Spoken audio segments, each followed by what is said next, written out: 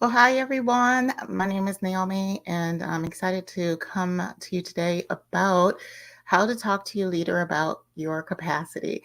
I know it can be really tough to talk to your leader, especially in situations where you feel like you have met your capacity or where you feel like you're on the verge of burnout. And I wanted to give some tips today on how you can actually approach that with your leader.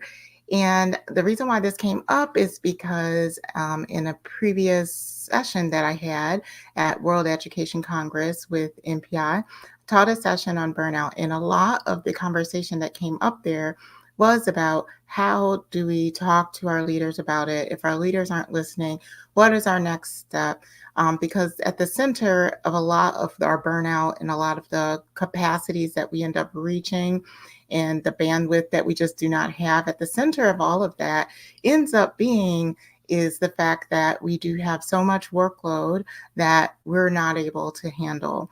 And really, uh, organizations have their own way of managing and mitigating that, right? And finding the opportunities that there are supposed to be there to help you with any of these situations. So it can be a really tough situation.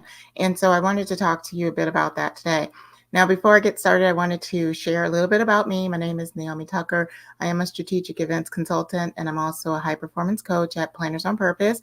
And at Planners on Purpose, we empower event professionals to work less, work stress less, and live more so that they can live a life that they love. And just doing that through helping event professionals get through burnout. We basically have elevated to number three on that burnout list versus number five. And it definitely is a burnout epidemic that's going on. And we need to get to the bottom of it and be able to have those healthy conversations that will be able to open us up to the opportunities to change and to have more ease in our lives. So that is the whole reason why I do what I do. And I wanted to help with this conversation around leaders. How do we have a conversation with leaders? And I wanted to talk to you a little bit about that today. So we have talked about what situations really qualify you talking to your leader about, let's say, your capacity. Well, really, you ideally, it's nice to have a very open communication with the person who is your leader and being able to talk about where you are on the journey of your work. And if you are struggling with the pressures that are within your workload, or if you do get some additional capacity, whether it be through your leader or whether it be through another means, that is brought up so that your leader is aware of it and can help you triage that as appropriate. So, usually, situations that can be sticky situations in talking with your leader are situations where you do feel as though you're nearing burnout. And this is where you're starting to feel disengaged from your work. Perhaps you're starting to feel as though you cannot handle all of the capacity that is coming to you. Perhaps you feel as though things are inescapable for you. Um, there's maybe even concerning situations where perhaps you do have someone that you're working with or a team that you're working with that perhaps presents the environment that you're working with is not healthy, right?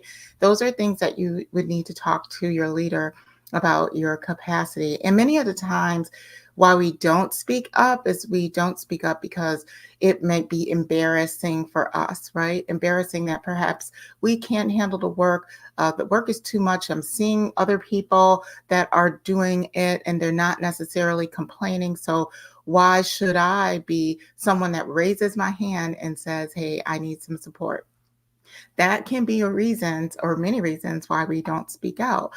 And also, you want to make sure that you are a member of the team. You want to make sure that you're contributing as much as everyone else is contributing. So this can be a catch 22. And it's really important that we understand that we should speak out about certain things, right? That we should have the courage because many of the times others don't have the courage to speak up. They resolve to this "it is what it is" mentality, and that does not help anyone, right? It doesn't help anyone because they're not speaking up. They're just grinning and bearing it and moving on to the next thing. Meanwhile, things don't change. The culture doesn't change. How we approach these situations and challenges do not change. So speaking out, and why it's important to speak out, is that your leader really won't know about the challenges unless they come up, and unless so that they can address them, regardless if they want to or not. When problems and situations are presented to them, they it's their responsibility to support that team as a manager and help manage that situation, or help direct you to, let's say, a source that can help you. So presenting that opportunity before your leader is an opportunity for them to support you. So making sure that we allow that opportunity for our leaders, presenting it in front of them, is a reason why speaking out is important. And then additionally, doing it for yourself, doing it because you know your capacity, you know how you're feeling, you know if you're struggling with some symptoms, let's say of a acute stress, or something that's a little bit more damaging to yourself. So if you're losing sleep, if you're having backaches, if you're just having headaches all of the time, perhaps you've gone to the doctor and your blood pressure has gone up. That has happened a lot with many event professionals. Those are situations where you want to make sure that you're taking some accountability to yourself, and no one is able to do that but you, to speak up for yourself. So if you're resonating with this, definitely leave me a comment in the chat. Let me know if this is something that you have struggled with. Let me know how you have attempted to kind of speak out about your capacity, and what responses have you gotten from your leader. I would love to know. So, how do you talk to your leader? That's what we are all here for. So, I wanted to give information on that. The first thing is really schedule some time to have the conversation. And the reason why I say schedule time, because it's helpful to have it on the leader's radar. That leader can prepare for that conversation, instead of having it be a very impromptu, spontaneous conversation. Those can work too, but scheduling it allows people to come and bring their best self to that conversation. And when you're coming to that conversation, do it in the spirit of a team approach. That is really helpful too, because we all are wanting to help each other. We want to help the team.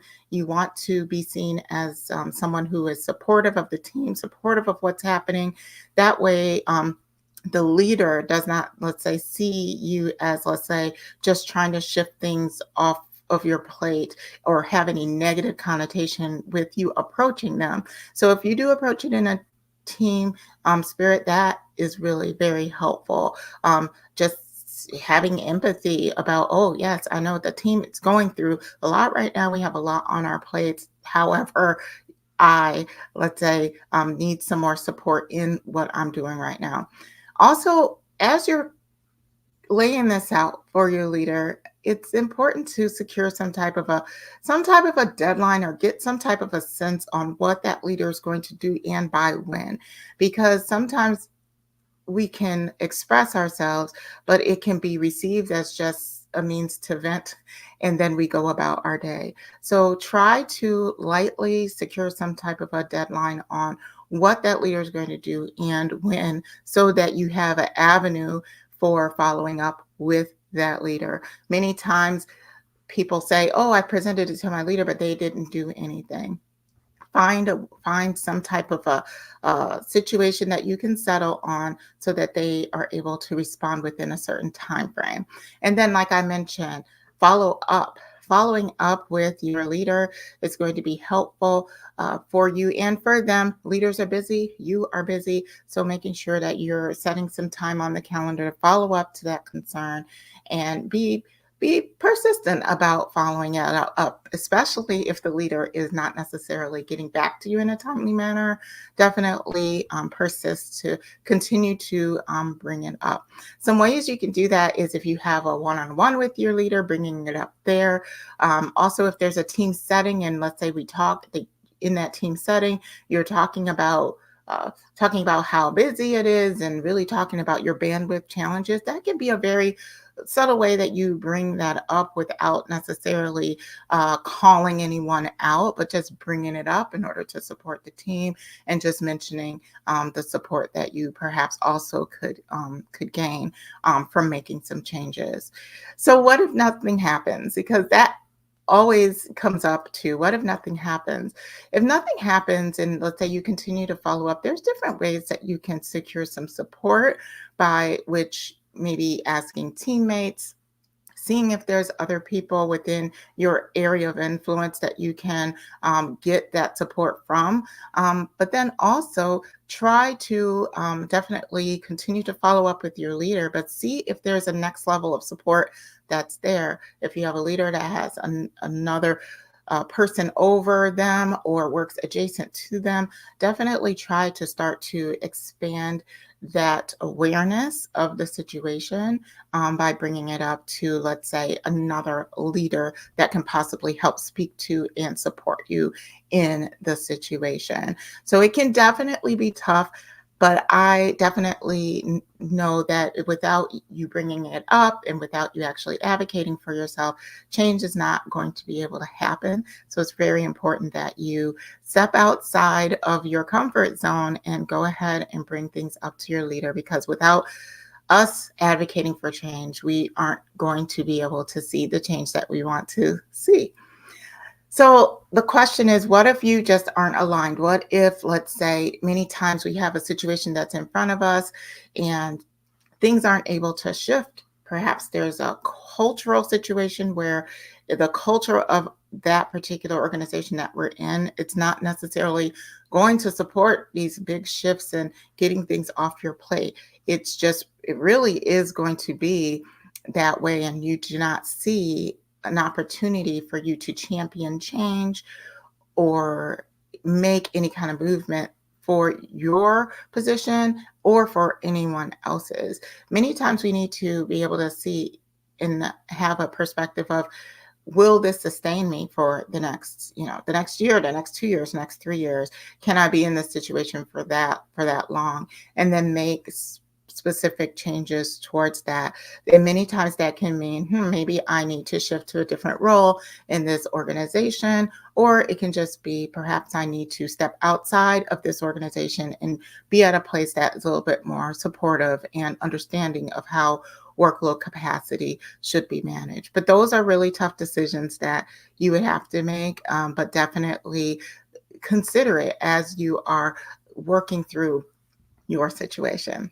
Well, I hope that this goes to help you with understanding how you can bring things up to your leader when you have a high capacity or when you are stressed out or nearing burnout. I hope that this gave you a couple of tips. I do have a Master Your Burnout guide that I linked in the description if you are really struggling with managing life and managing your professional workload and needing some help in laying things out and getting things in place where you can manage them better. Go ahead and check out that Manage Your Burnout guide. It's in the description, and let me know how that helped you. But thank you so much for joining me for this quick live, and I look forward to speaking with you or talking to you again soon for some more helpful tips. Talk to you soon. Bye. Stay on purpose.